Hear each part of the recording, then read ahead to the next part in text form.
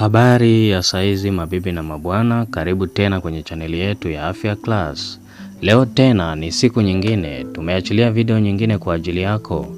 Lengo ni lile lile, kupeana ushauri, elimu na msaada wa tiba endapo tatizo lako linahitaji tiba. Lakini kabla ya kuendelea na video hii na mada hii ya leo, please bonyeza subscribe button ambayo inapatikana chini ya video hii ili tuendelee kupata video na makala za staili hii kila tunapozitoa. Leo ninazungumzia tatizo la nyama za puani kwa watoto. Tatizo hili linasababishwa na nini? Dalili zake ni zipi? Na tiba yake ni nini? Tazama video hii mpaka mwisho, nimeeleza kila kitu. Tatizo la nyama za puani ni tatizo ambalo huweza kuwapata watoto pia, hali ambayo husababisha mtoto kupata shida mbalimbali ikiwemo shida ya kupumua.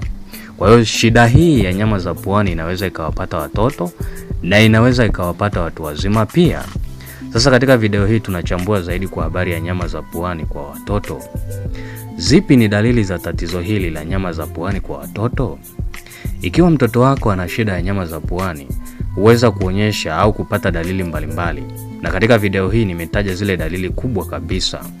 Na dalili ya kwanza ni pamoja na hii: kutoa sauti wakati wa kupumua au mtoto kukoroma, kupata shida ya upumuaji au kuvuta hewa au kutoa hewa kwa shida, mtoto kupumua kwa kutumia mdomo badala ya pua, mtoto kuwa na mafua ambayo hayakatiki ya mara kwa mara. Hizi zote ni dalili za tatizo hili. Kwa mtoto ambaye ana nyama za puani, anaweza akakutana na dalili hizi. Mtoto kuvimba pua au kuwa na shida ya runny nose. Hii pia, dalili hii huweza kutokea pia kwa baadhi ya watoto.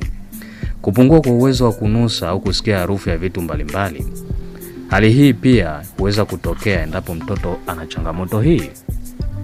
Mtoto wako anaweza kulalamika kwamba hawezi kunusa au hawezi kusikia harufu ya vitu mbalimbali au kuonja chakula na kupata ladha yake, ambayo hii ni athari ya kupungua kwa hisia ya kunusa. Lakini pia dalili nyingine ambayo huweza kujitokeza kwa watoto ambao wenye tatizo la nyama za puani ni mtoto anaweza kuonekana kama kuna kitu anakijaribu kukimeza mara kwa mara kwa lengo la kusafisha koo na njia ya hewa kwa ujumla. Na wakati mwingine mtoto anaweza kulalamika kuhisi hali ya muwasho kooni, vidonda na kadhalika. Lakini ukimchunguza vizuri, unaweza kuona vinyama vimetokeza kwenye pua zake. Kwa hizi ndizo baadhi ya dalili kubwa tunapozungumzia habari za nyama za puani kwa watoto. Sasa tuangalie chanzo cha nyama za puani kwa watoto. Hali hii au tatizo hili linasababishwa na nini? Mpaka sasa sababu halisi ya kusababisha tatizo hili haijulikani. Ingawa ziko sababu mbalimbali ambazo huweza kuongeza hatari ya mtoto kupata tatizo hili la nyama za puani. Na miongoni mwa sababu hizo ni pamoja na tatizo la mzio au allergic reactions.